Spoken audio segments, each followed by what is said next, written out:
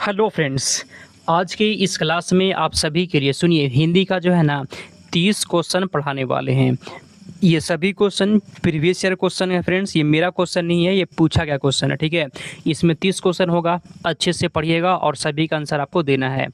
तो चलिए क्लास को स्टार्ट कर देते हैं। यह क्लास आप सभी के लिए दिन में जो है फ्रेंड्स 1 बजे से होता है, तो टाइम पे जुड़ जाना है। पहला क्वेश्चन, भाषा अर्जन के संबंध में कौन सा कथन सही है? बताइए, भाषा अर्जन के संबंध में कौन सा कथन सही है? ऑप्शन ए, भाषा अर्जन के लिए नियम सीखे जाते हैं, ये गलत बात है। परिवेश से प्राप्त भाषिक आंकड़ों के आधार पर या सहज रूप से नियम बनाए जाते हैं, फ्रेंड्स ये सही जवाब है। ठीक है, भाषा अर्जन जो होता है फ्रेंड्स वो सहज रूप से होता है, परिवेश में रहकर वो सीखा जाता है, खुद ब खुद वो स्वाभाविक रूप से हो जाता है। ठीक है, इसके लिए जो है ना कोई नियम नहीं सीखना पड़ता है जी। ठीक है, तो बी यहाँ पे आंसर हो गया आपका। 2 नंबर, प्राथमिक स्तर पर बच्चों की भाषाई क्षमताओं का विकास करने का अर्थ क्या होता है? प्राथमिक स्तर पर भाषाई क्षमताओं का विकास करने का क्या अर्थ हुआ? देखिए फ्रेंड्स, भाषा क्षमता हम लोग क्यों विकास करते हैं? ताकि बच्चा जो है ना भाषा का प्रयोग कर सके। ठीक है फ्रेंड्स, आंसर बी देखिए, भाषा प्रयोग की कुशलता पर अधिकार। ऑप्शन नंबर यहाँ पे बी हो जाएगा। ठीक है, चलिए आगे चलते हैं। 3 नंबर, व्याकरण शिक्षण की वह पद्धति जो सबसे अधिक वैज्ञानिक और प्रभावी मानी जाती है, वह इसमें कौन है? निगमन विधि, आगमन विधि, या फिर क्या आंसर बताइए आप लोग। चलिए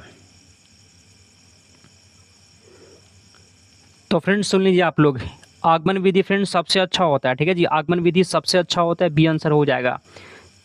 अगले क्वेश्चन की ओर चलिए, भाषा की पाठ्य पुस्तक में दिए गए अभ्यास मुख्यतः बच्चों को किसमें हेल्प करते हैं? भाषा की पाठ्य पुस्तक में दिए गए अभ्यास जो है ना वो बच्चों को किसमें मदद करते हैं? बच्चों को व्यस्त रखने में, गलत बात। भाषा की बारीकियों को समझने और उसके विविध प्रयोग के अवसर देने में, ये सही जवाब है। ठीक है, चलिए आगे चलते हैं। 5 नंबर, भाषा सीखने में होने वाली त्रुटियां, भाषा सीखने में फ्रेंड जो गलतियां होती है ना उसके बारे में यहाँ पे लिखा गया है। तो सुनिए फ्रेंड्स, यहाँ पे क्या होगा, सीखने की प्रक्रिया का एक स्वाभाविक पड़ाव है या फिर स्वाभाविक हिस्सा होता है। बच्चा फ्रेंड्स कुछ भी सीखेगा तो वो गलती करेगा ही। ठीक है, त्रुटियां जो होता है फ्रेंड्स सीखने की प्रक्रिया का एक स्वाभाविक हिस्सा होता है। चलिए अगला क्वेश्चन, बच्चों की मौखिक अभिव्यक्ति के विकास का अर्थ यह नहीं है कि, बताइए, बच्चों की मौखिक अभिव्यक्ति के विकास का क्या अर्थ नहीं है? छठा का सही जवाब क्या होगा, कमेंट करिए।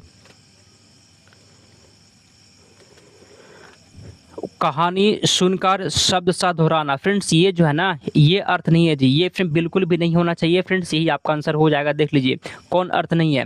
तो कहानी सुनकर फ्रेंड ज्यों का त्यों बच्चा अगर दोहरा दे रहा है ना, कि विकास का अर्थ ये नहीं होता है कि बच्चा ज्यों का त्यों दोहरा दे, तो ये बिल्कुल यहाँ पे आंसर बी हो जाएगा। ठीक है, चलिए 7 नंबर, 7 नंबर क्वेश्चन, प्राथमिक स्तर पर बच्चों की पठन कुशलता का आकलन करने में सबसे कम महत्वपूर्ण, ठीक है जी, सबसे कम महत्वपूर्ण कौन है? नेगेटिव खोजना है पठन कुशलता का आकलन करने के लिए। 7 का बताइए।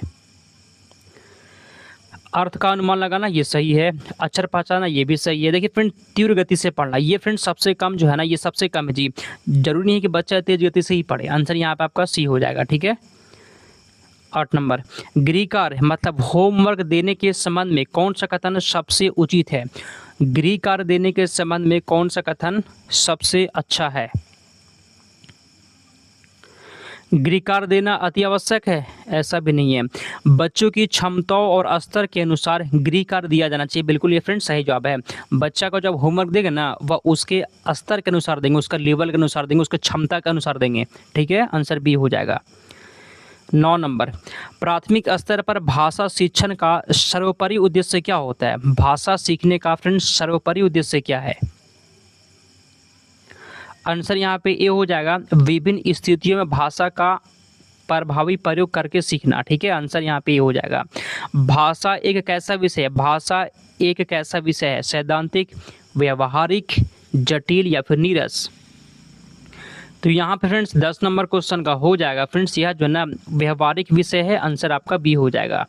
आगे चलते हैं, भाषा शिक्षण में निदानात्मक परीक्षण का मुख्य उद्देश्य क्या होता है? बताइए, भाषा शिक्षण में जो है ना निदानात्मक परीक्षण का उद्देश्य क्या होता है? 11 का कमेंट करिए। तो बच्चों की प्रगति रिपोर्ट भरना ऐसा नहीं है। निगमनात्मक परीक्षण का फ्रेंड्स ये उद्देश्य नहीं होता है।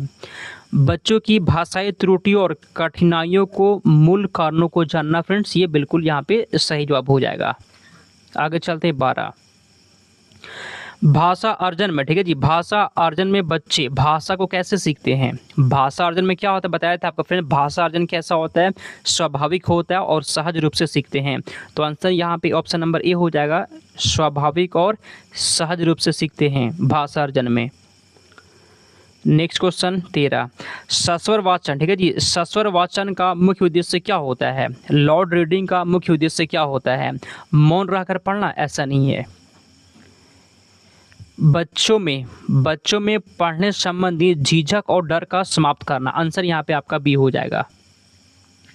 आगे चलते हैं अगला क्वेश्चन यहाँ पे 14 नंबर क्वेश्चन।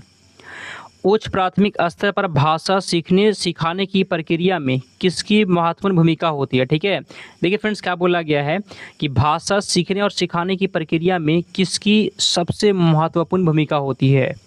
केवल पाठ्य पुस्तक, अभ्यास पुस्तिका, समाचार पत्र का, पत्रिकाओं और अन्य समृद्ध साहित्य का। आंसर यहाँ पे सी हो जाएगा आप सभी का। ठीक है, क्लास में फ्रेंड्स सुन लीजिए, हर रोज आपको जुड़ना है जी।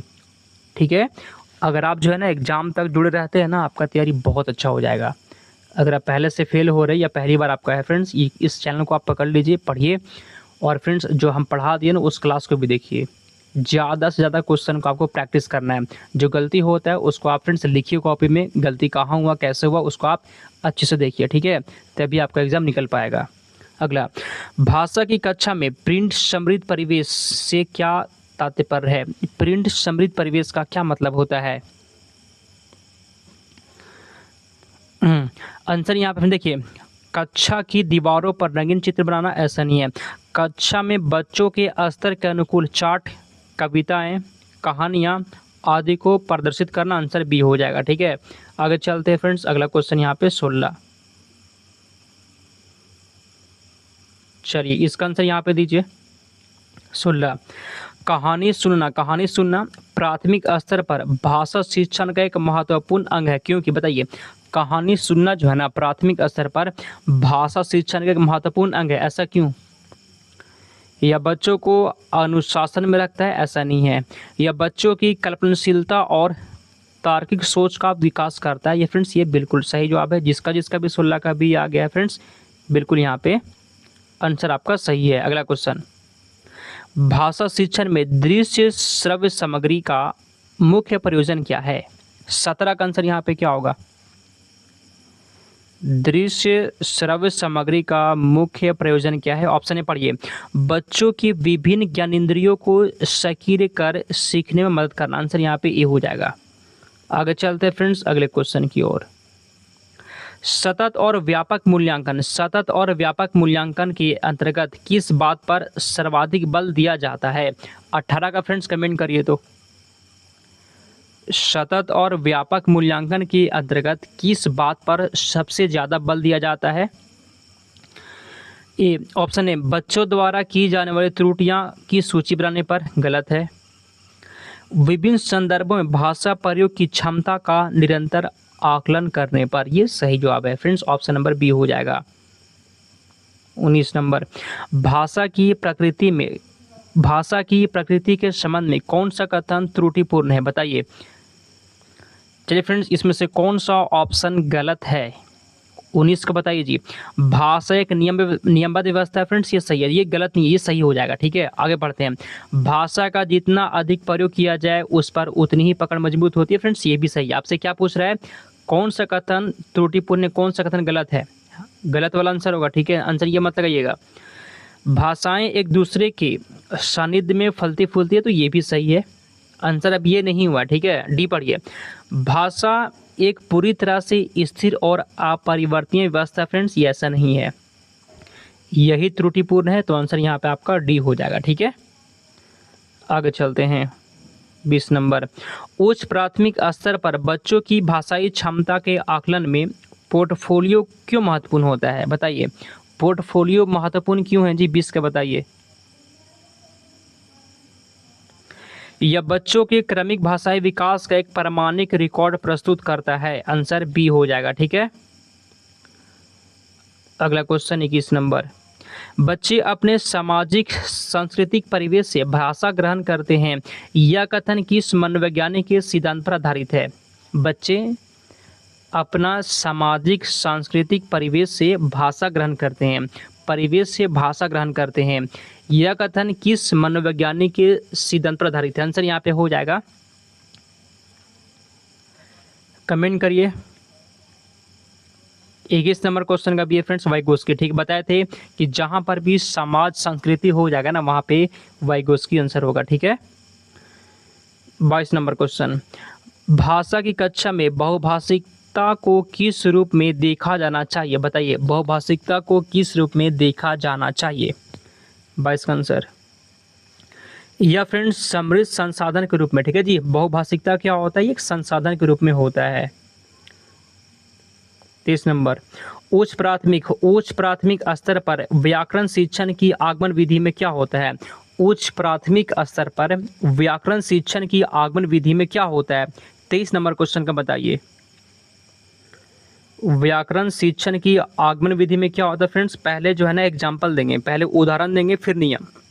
तो देखिए बी में पहले उदाहरण प्रस्तुत किए जाते हैं और फिर नियम निकलवाए जाते हैं फ्रेंड्स, सही जवाब है। ठीक है, आगमन विधि में क्या होता है? पहले बच्चों को एग्जाम्पल देंगे, उदाहरण देंगे, फिर नियम की ओर ले जाएंगे। ठीक है, उदाहरण से नियम की ओर होता है आगमन विधि में। 24 नंबर। पढ़ना सीखने की प्रक्रिया में सबसे अधिक महत्वपूर्ण क्या है? पढ़ना फ्रेंड रीडिंग कौशल के लिए। ठीक है जी, रीडिंग सीखने की प्रक्रिया में, पढ़ना सीखने की प्रक्रिया में सबसे महत्वपूर्ण क्या है? लिखी हुई सामग्री का अर्थ ग्रहण करना, ये सबसे जरूरी होता है। आंसर आपका बी हो जाएगा। ठीक है, 30 क्वेश्चन है फ्रेंड्स। देखिए बहुत मेहनत लगता है ये सब क्वेश्चन को खोजना, टाइप करना, फिर ऐसे सेट करना, क्लास करना, रिकॉर्ड करना। आपको बस एक लाइक करना है और बस एक सब्सक्राइब करना, कर दिया करिए। अगर पॉसिबल है तो अपने दोस्तों को बताइए यहाँ पे क्लास चल रहा है। ठीक है, इतना ही करना है। अगला, बच्चों में लेखन कुशलता का आकलन करते समय आप सबसे अधिक महत्व किसे देंगे? बच्चों के राइटिंग स्किल का आपको फ्रेंड्स आकलन करना है, सबसे अधिक महत्व आप किसे देंगे?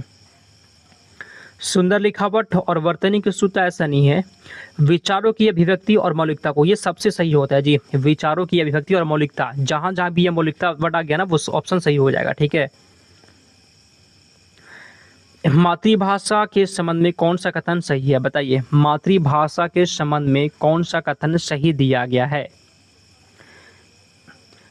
यह दूसरी भाषाओं को सीखने में एक आधार या पुल का काम करती है, यह सही जवाब है। आंसर आपका बी हो जाएगा।